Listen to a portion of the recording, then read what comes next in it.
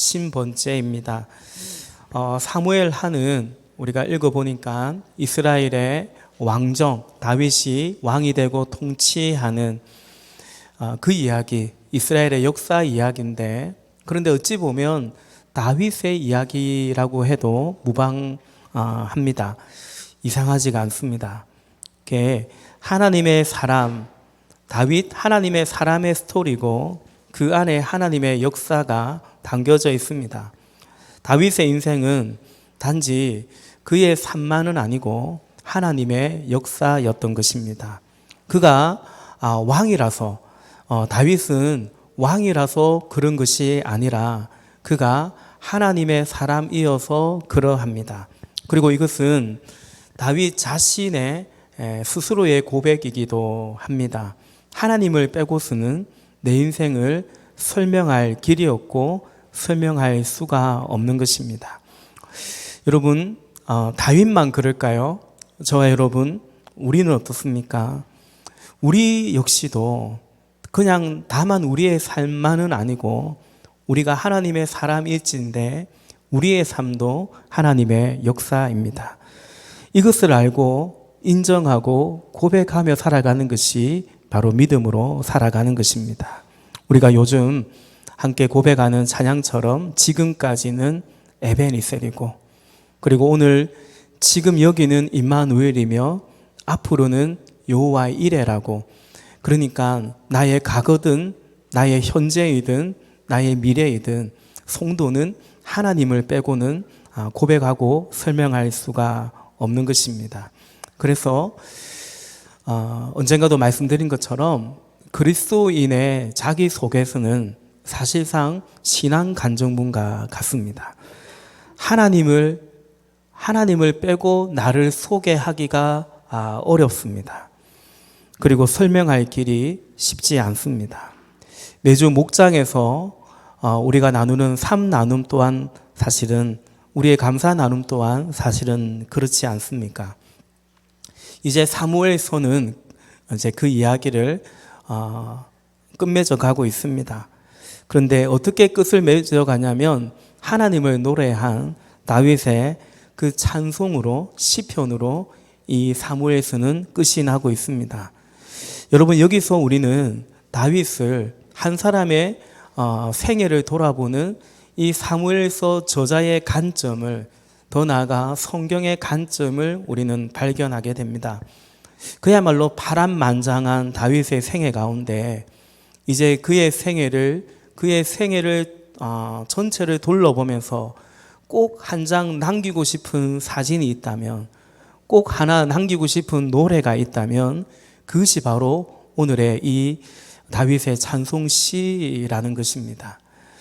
그런데 이 시편은 다윗의 삶 가운데 언제 지어졌고 불렀던 노래인가? 1절에 보니까, 본문 1절에 보니까 주님께서 다윗을 그의 모든 원수의 손과 사울의 손에서 건져주셨을 때에 다윗이 이 노래로 주님께 아뢰었다라는 것입니다.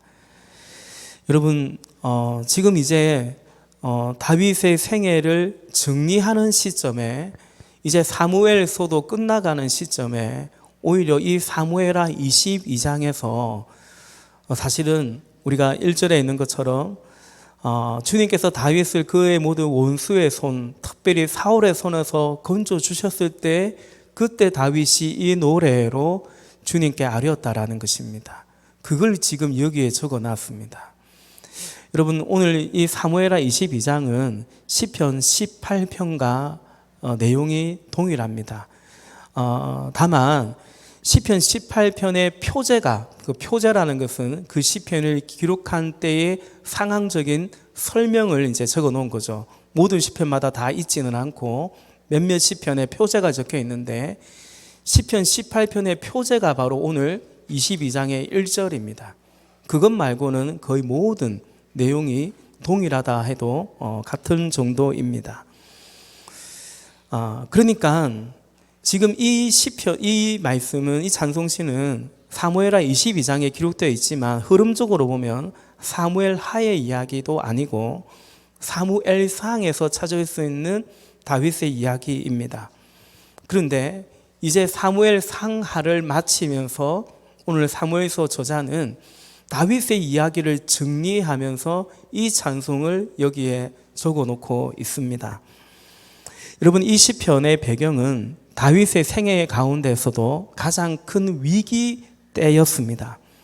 그런데 그 이야기를 오늘 다윗의 이 스토리를 삶을 정리하면서 그 시편을 기록하는 이유는 바로 그때가 이 사무엘서 저자가 볼 때에는 바로 그때가 다윗의 삶의 절정기였다라는 것을 의미하는 것입니다.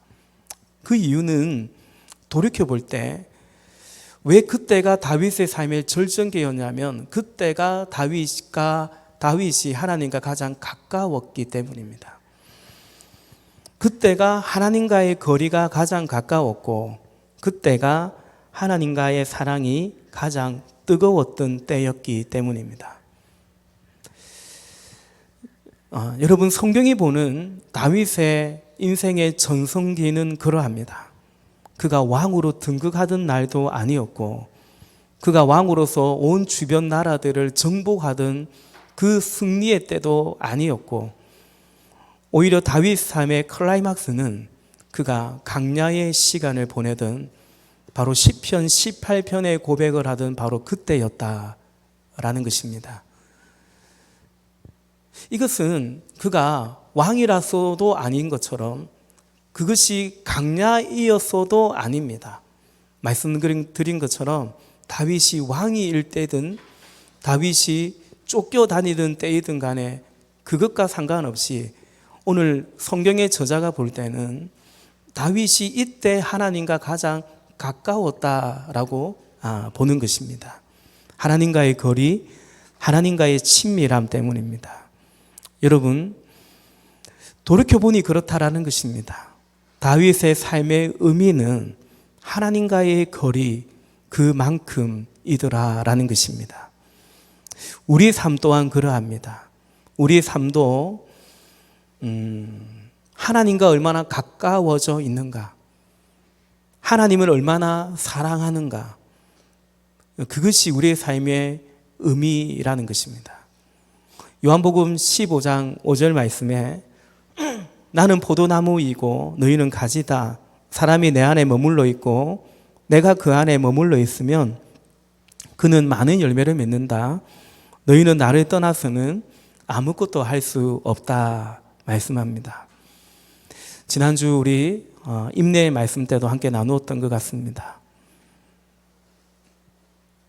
주님을 떠나서는 아무것도 할 수가 없습니다. 청년 시절 이 말씀이 참 위로이고 그리고 기쁨이었습니다. 주님을 떠나서는 난 아무것도 할 수가 없다라는 것이 좋았습니다. 고백이었습니다. 그리고 돌이켜보면 주님을 떠나서 그 무엇을 한들, 그 무엇을 이루었다고 한들 의미가 없구나, 의미가 없음을 고백하게 되는 것입니다. 다윗은 이 시편 속에서 하나님을 고백합니다. 특히 하나님이 나에게 어떤 분인지, 나에게 어떤 하나님인지를 다윗은 고백하지요. 우리 2절과 3절 말씀 한 번 더 같이 읽어보십시다. 2절입니다. 시작. 그는 이렇게 노래하였다. 주님은 나의 반석, 나의 반석, 내가 피할 바위, 나의 방패, 나의 구원의 뿔, 나의 산성, 나의 구원자이십니다. 주님께서는 언제나 나를 포악한 자에게서 구해 주십니다. 아멘. 믿음은 관계죠.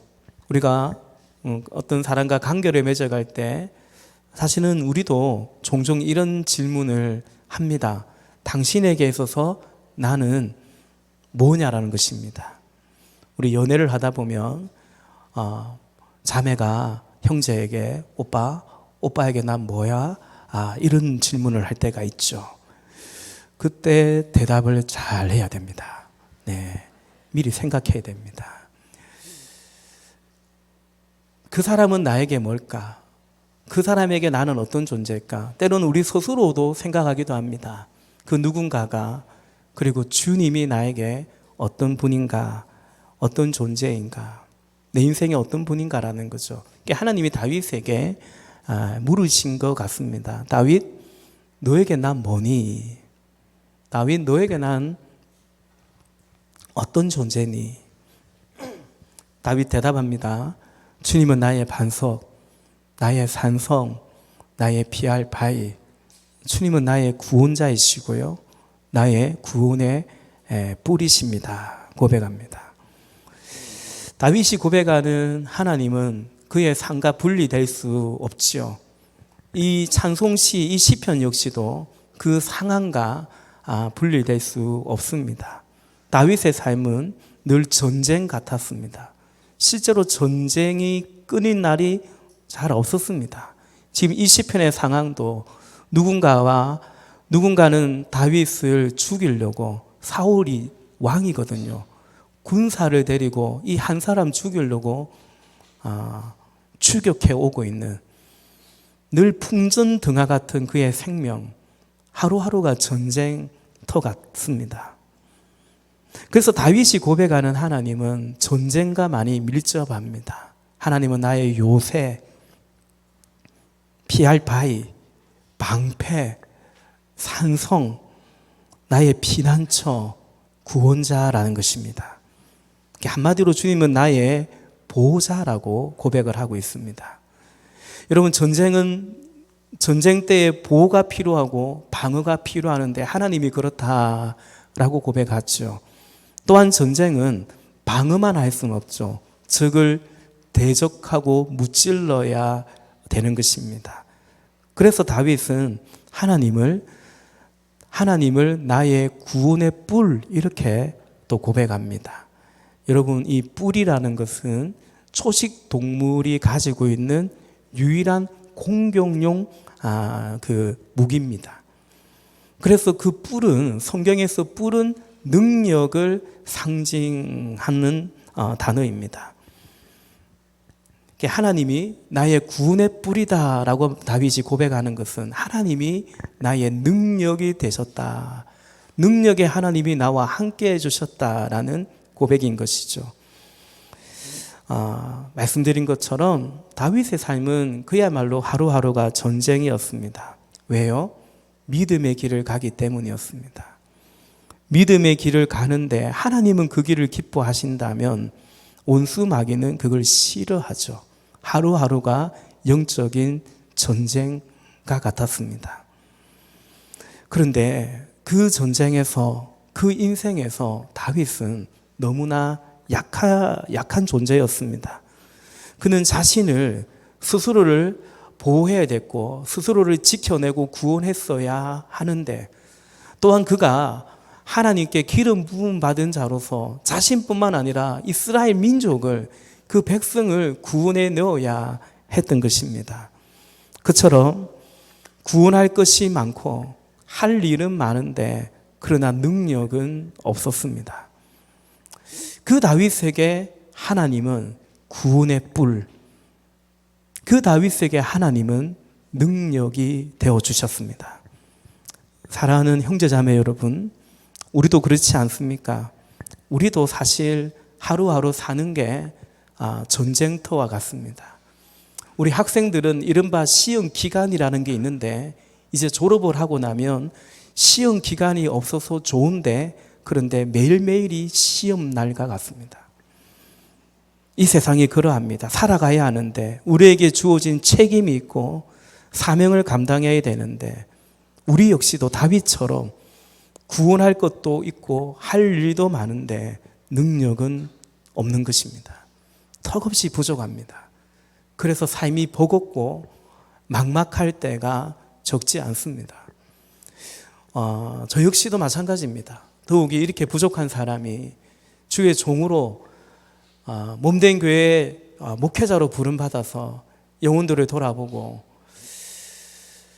지도력을 발휘해야 되고 섬겨가야 되는데, 또 이렇게 건축이라는 이 일도 감당해 가야 되는데 너무 이제 부족하죠. 하루에도 몇 번씩 사실은 낙심이 오기도 하고 한계를 느낄 때가 많습니다.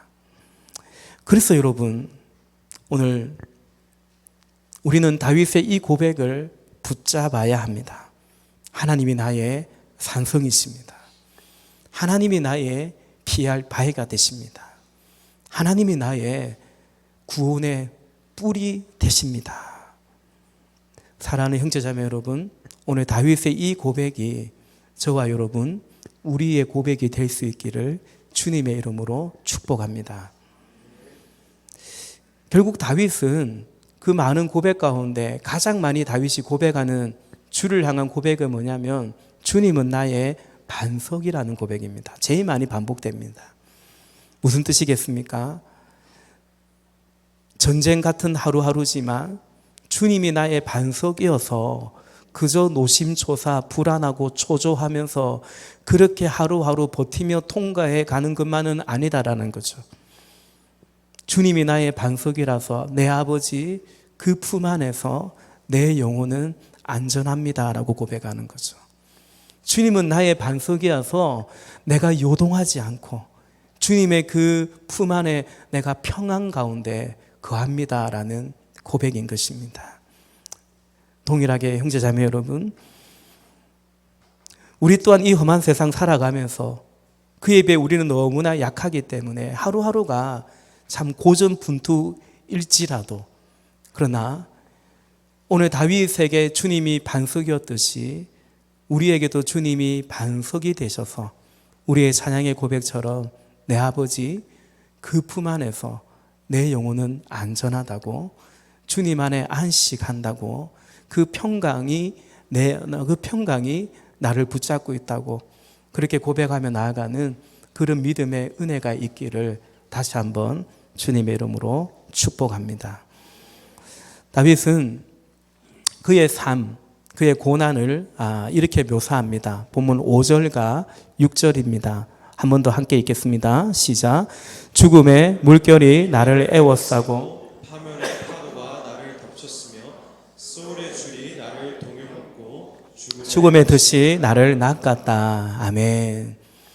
자신에게 밀려왔던 몰아닥친 고난이 그와 같았다라고 고백합니다. 죽음의 물결이 강물이 나를 에워싸고 파멸의 파도가 나를 덮쳤다라는 것입니다. 무슨 뜻입니까? 늘 유유히 흐르는 강물처럼 또다시 밀려오는 파도처럼 고난이 그저 산 가운데 한두 번 있었던 것이 아니고 지속적이었다라는 것을 말하고 있습니다. 6절에 소울의 줄이 죽음의 덫이 나를 낚았다.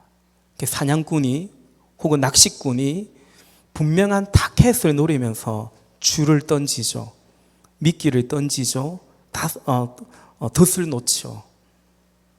그런 것처럼 자신을 향한 그 원수의 공격이 아주 치밀하고 집요했다라는 그 고백입니다. 다윗의 삶에 이런 시련과 공격이 많았던 이유가 무엇입니까? 말씀드린 것처럼 그가 믿음의 길을 가려고 했기 때문입니다. 그러니까 내가 원하는 삶을 살려고 하면서 하나님을 쫙 붙잡는 그런 믿음 아니고요. 하나님으로 인정하며 그분의 통치 속에 살아가며 그리하여 그분의 대리 통치자로서 아버지의 나라, 아버지의 뜻을 이루며 그 믿음의 길을 가고자 했다라는 말입니다. 그랬기 때문에 시련이, 원수의 공격이 늘 있었던 것입니다. 사랑하는 여러분, 다윗의 삶이 믿음의 길이라면 그 길은 또한 고난의 길이었습니다. 그러므로 믿음의 길을 갈 때에 고난이 찾아오는데 그 고난이 노리는 것이 뭐냐? 원수의 공격이 노리는 것이 뭐냐면 우리의 믿음입니다.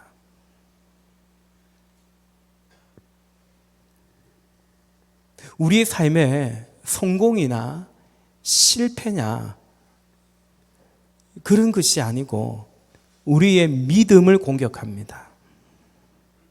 그래서 성공해서 뭔가 이루어서 이전보다 훨씬 윤택하게 편하게 멋들어지게 살아갈지 모르는데, 그런데 믿음에서 멀어져 간다면, 혹은 실패해서 그만 낙심한 나머지, 시험에 든 나머지 믿음의 길을 떠나버린다면, 그게 원수가 노리는 것은 우리의 믿음입니다. 우리는 사람들의 관심, 때로 우리의 관심도 어떤 성공이나 성취이고 그로 인한 자기 만족일 때가 많지만, 그러나 마귀의 관심은 그게 아닙니다. 믿음에서 떠나게 하는 것입니다.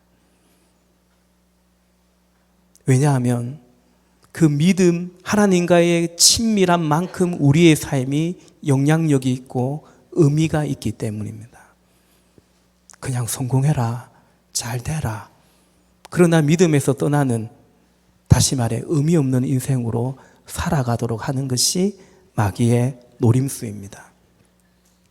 그런 치열한 싸움 속에 다윗은 자신의 삶을 이렇게 정리합니다.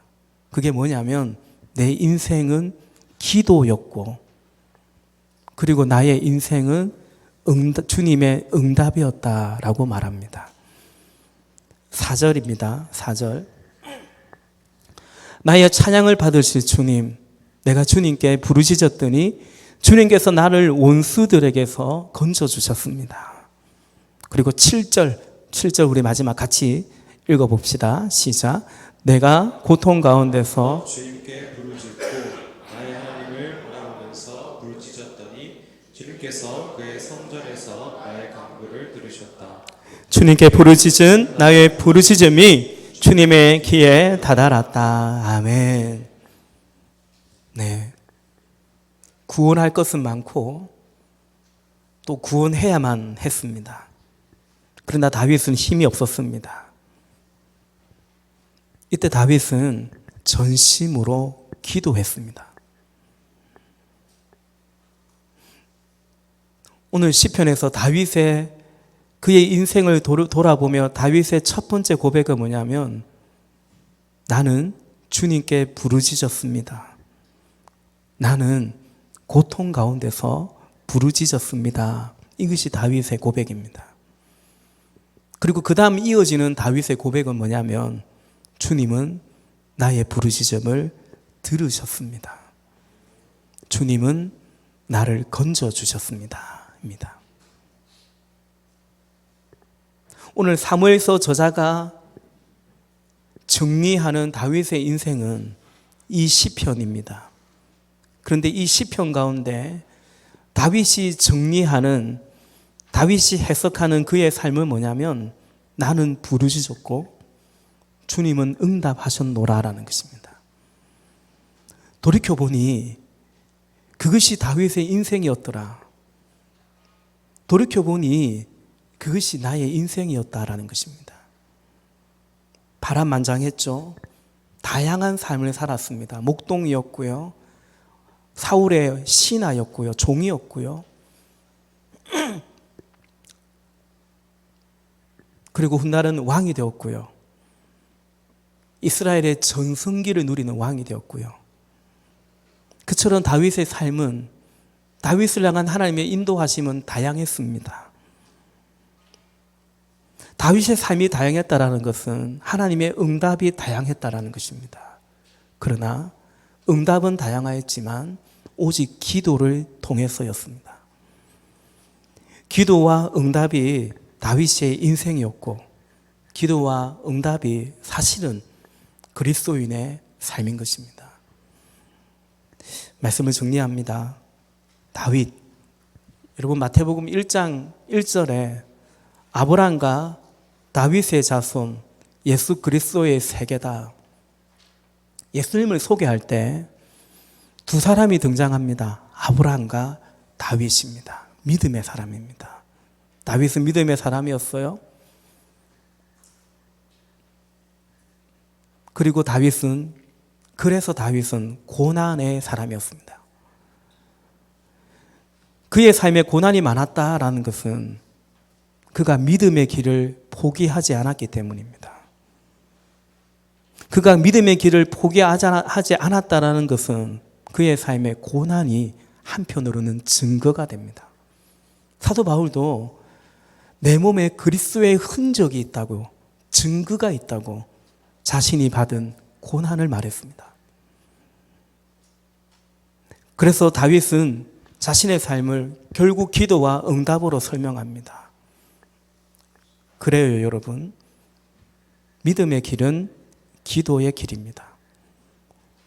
우리 기도와 응답의 신선도, 기도와 응답이 썩어 있지 않는 거죠. 왕년의 이야기가 아니라는 거죠. 기도와 응답이 신선한 거예요. 생명력이 있는 거예요. 결국 그것이 믿음의 능력인 것입니다. 사랑하는 성도 여러분, 우리 믿음의 길 가고자 하시죠? 믿음의 길을 가고자 할 때에 그 길에 대적이 있고 방해가 있고 시련이 있는데 그거 피하지 말고 돌파해 가기를 원하는 것입니다. 그렇다면 여러분, 기도해야 됩니다. 기도하십시오. 기도를 훈련해 가십시오. 훈련이기 때문에 정해진 시간과 정해진 장소, 정해진 분량을 해가는 것이 좋습니다. 여러분, 그런 것은 율법적인 신앙이 아닙니다. 신자로서의 믿음의 훈련이고 그리스도를 따르는 제자로서의 삶의 훈련입니다. 결국 그것이 믿음이죠, 영성이죠, 실력이 되는 것입니다. 가만히 생각해 보십시오. 여러분이 갖춘 어떤 실력이 있다고 한다면 그것 중에 정해진 시간과 정해진 장소와 정해진 분량을 따르지 않고서 여러분에게 실력이 된 것이 과연 무엇이 있습니까? 꾸준히 했을 때 그것이 내 몸에 배이는 것이고 그것이 내 입에 그냥 언어가 되는 것이고 의학 실력이 되는 것이고 그것이 내 실력이 되고 여러분이 갖춰야 된다고 생각하는 스펙이고 쌓아야 된다는 캐리어가 되는 거 아닙니까? 영성도 마찬가지입니다. 그냥 가만히 있는데 기도의 사람이 됩니까? 고난을 돌파해가는 믿음의 사람이 됩니까? 은혜로 우리를 구원해 주시지만 그러나 그렇게 믿음의 길을 가는 것은 가만히 있어도 되는 건 아닙니다.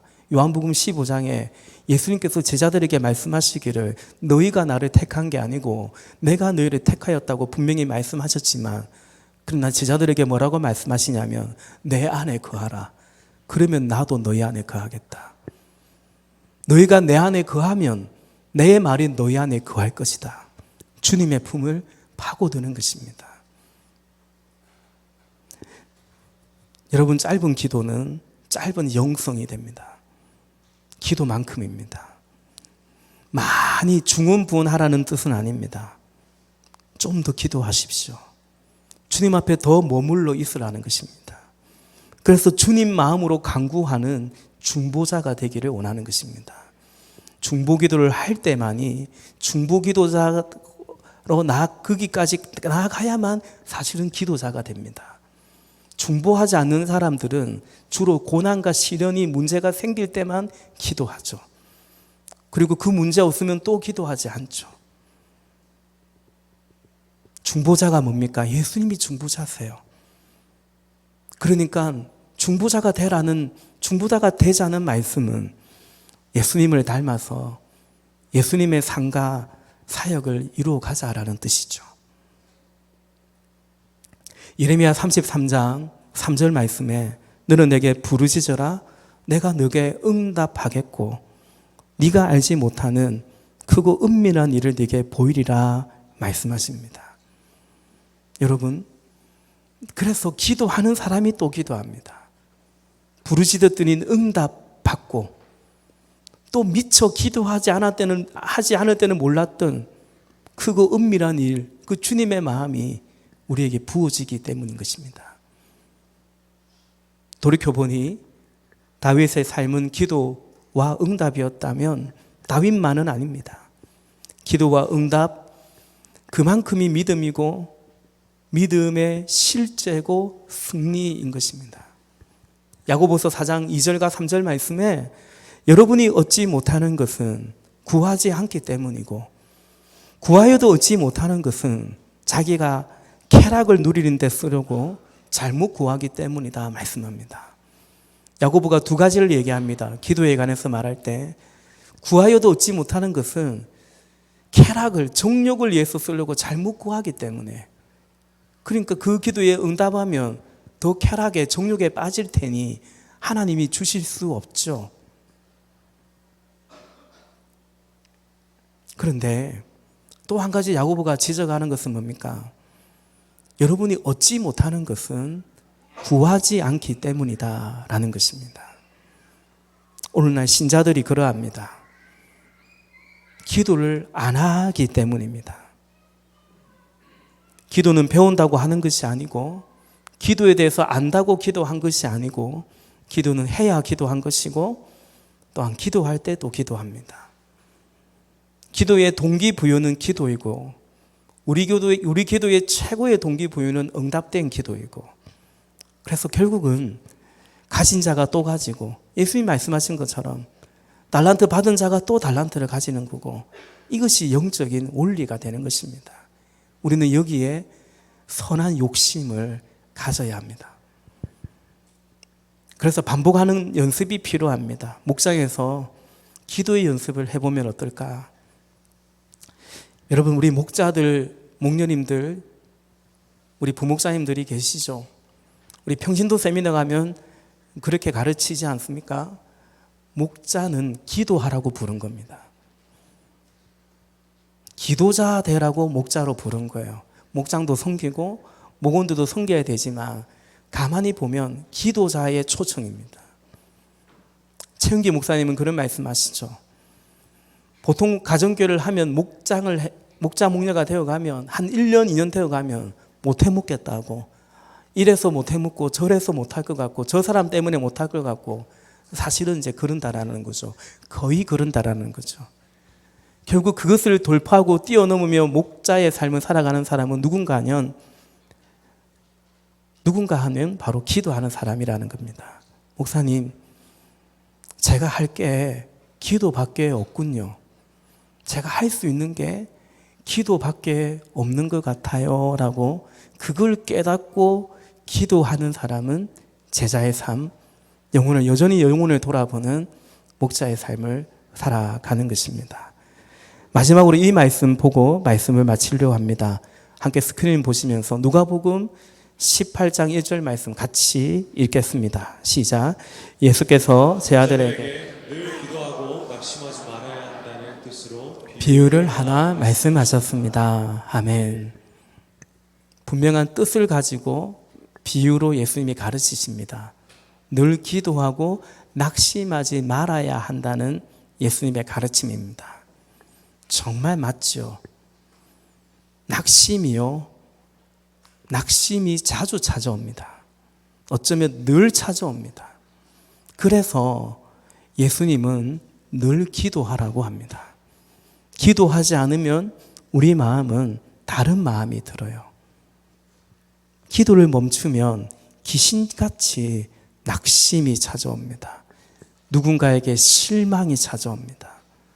낙심하고 그러다가 체념하듯 그리 살아가는 신자가 되지 말고 예수님 말씀에 순종해서 우리 기도할 수 있기를 바랍니다.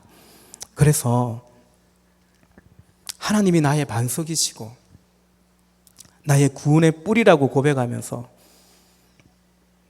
하나님 없이는 설명할 수 없는, 우리가 어디 취업이라도 하려면 자기소개서를 쓰는데 물론 그것을 우리가 꼭 신앙 간증문처럼 쓰진 않지만 그럼에도 하나님 없이는 내 삶을 설명할 길이 없는 그런 인생이라서 그저 낙심하고 살아가기엔 너무 아까운 인생이고 그러기에는 하나님 앞에 받은 은혜가 적지 않기 때문에 오늘 다윗처럼 나의 하나님을 고백하며 그 주님을 찬양하는 인생이기를 원하는 것이죠. 내가 주님께 부르짖었더니 주님이 나의 간구를 들으셨도다. 다윗의 이 고백이 저와 여러분의 고백이며 우리 공동체의 고백이기를 간절히 소망합니다. 아멘. 우리 이 시간 같이 기도하십시다. 우리 말씀 요약지에 적혀 있는 것처럼 말씀을 통해서 주신 또 기도와 결단을 기록해 보시기를 바랍니다. 특별히 오늘 하나님이 다윗에게 다윗 너에게 난 뭐니? 라고 물으셨다면 오늘